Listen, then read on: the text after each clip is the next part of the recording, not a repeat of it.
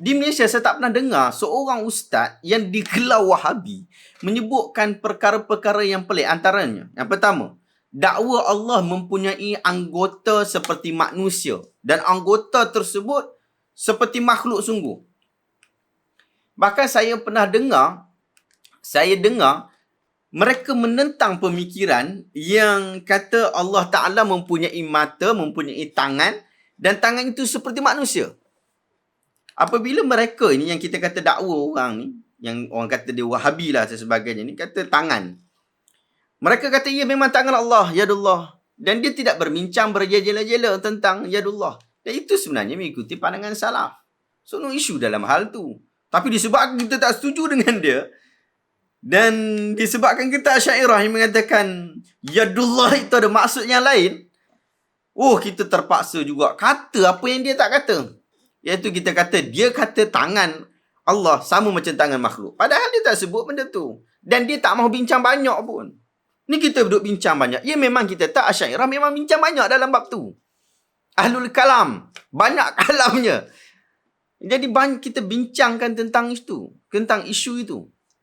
Tapi kita tahu bahawa golongan salafiyah, dia tidak bincang banyak bab tu. Cukup berpada. Dan itu yang berlaku pada zaman sahabat dan tabi'in. Iaitu mereka berpada dengan apa yang ada. Perbincangan itu tidak banyak pada zaman mereka. Yang banyak itu pada zaman kemudian. Bila zaman kemudian banyak, itu yang muncul ahlul kalam tu. Berbincang tentang isu yang memang diperbincangkan hangat dalam masyarakat.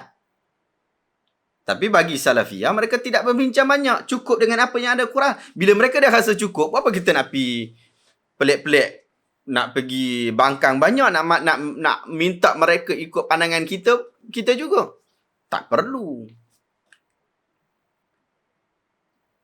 Jadi ia masih lagi dalam kerangka faham ulama-ulama ahlu sunnah yang kita boleh menghormati di antara satu sama lain. Tak perlu nak kafirkan orang tu, tak perlu nak kata dia sesat dengan pandangannya itu dan sebagainya.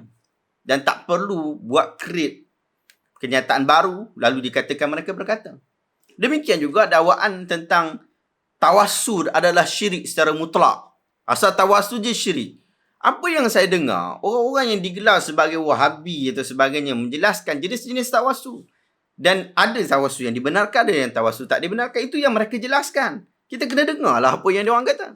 Bahkan ada orang dakwa, Dr. Muhammad Asri Zainal Abidin dengan Dr. Rozaimi Ramli, Dr. Rora, mengkafirkan orang bertawassul. Ini fitnah. Anda perlu dengar apa yang dia kata dan mereka tidak pernah sebut pun isu itu mengkafirkan orang yang bertawassul. Ada penjelasan yang mereka sebutkan mengapa kamu nak kerat. Disebabkan kita tak setuju dengan dia, kita nak kena kerat. No, tak boleh. Sehingga ada orang kata dua orang tokoh ni menyesatkan dan mengkafirkan masyarakat. Tapi bila kita tengok, kita minta bukti, tak ada bukti yang mereka ini berikan melainkan sangka buruk sesama Muslim saja, dan ini dicegah dalam agama. Apa yang saya pasti ialah dua tokoh ini mengajar masyarakat untuk tidak taksub kepada seseorang, bahkan taksub kepada diri mereka sendiri. Tak mau bagi taksub kepada orang lain dan tak mau taksub kepada Dr. Mazhar, tak mau taksub kepada Dr. Razami. Itu yang saya faham. Bahkan mereka juga terus terang menyatakan bahawa jika mereka salah, bagi pandangan yang bercelaru, ambil pandangan yang berbeza. Ambil pandangan yang benar. Bukan mengikuti kesilapan hanya sekadar tokoh. Itu yang kita dengar mereka kata. Jadi kita bolehkan mereka dengan hal-hal seperti itu. Walaupun mungkin dalam beberapa hal, anda tak setuju, kita tak setuju, tak ada masalah.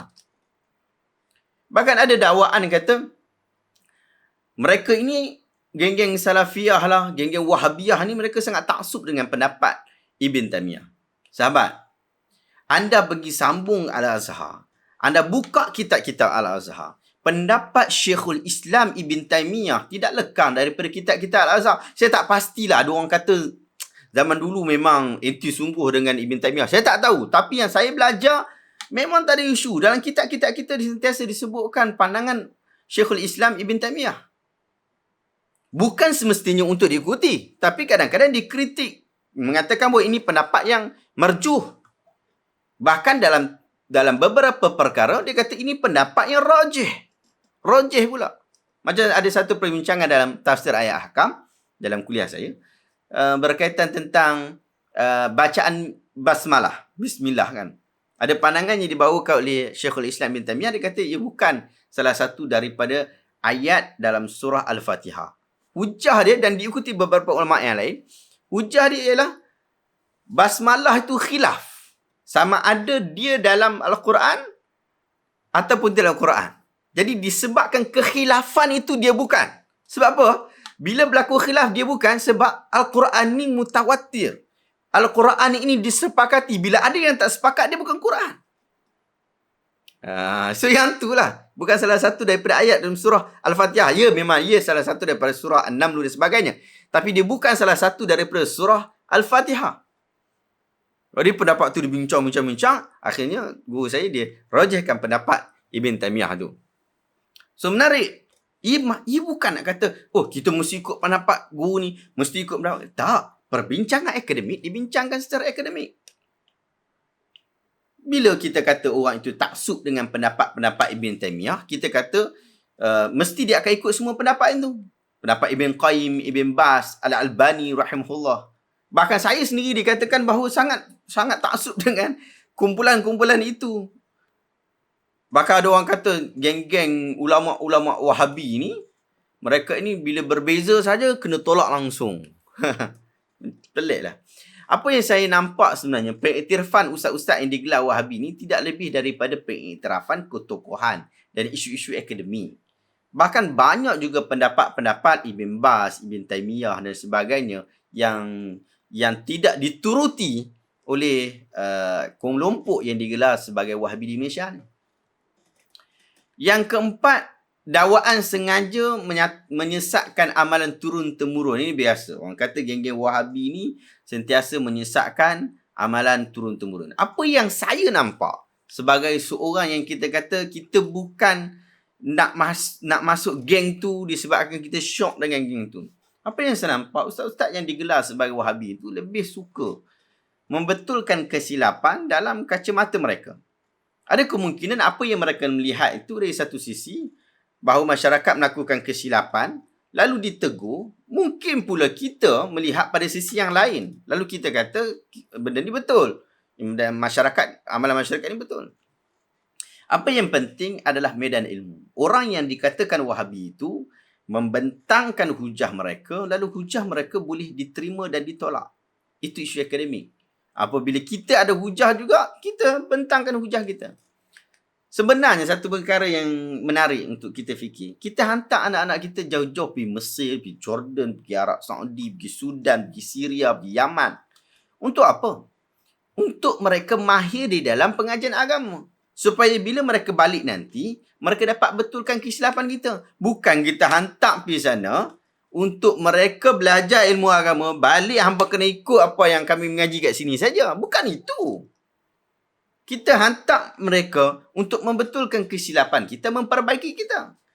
Ada benda yang kita buat mungkin tersilap, kita betulkan disebabkan bantuan daripada mereka. Mereka belajar. Kita tak mengaji. Mungkin kita mengaji tapi tak banyak yang kita sempat. Kita bagi anak-anak kita mengaji. Bila mereka pandai, takkan kita nak kata mereka Wahabi. Tapi yang berlaku macam itulah. Bila mereka pulang, balik, membetulkan masyarakat kita, kita cop mereka pula dengan gelaran Wahabi. Suka-suka hati kita. Jangan macam tu. Jom kita bersepakat untuk berlaku adil kepada semua pihak. Orang yang digelar sebagai Wahabi itu menisbahkan diri mereka dengan istilah Salafiyah. Bahkan guru kami Syekh Ahmad Taib, dia tolak keputusan Muktamar Shishan. Dan dia kata As-Salafiyah termasuk dalam kumpulan Ahlu Sunnah. Manakala kami pula dididik dengan sistem pengajian Al-Asy'ariyah. Itu yang dia kata. Yang ni anda boleh cari rujukan dekat CNN atau sebagainya. Anda boleh cari rujukan ni.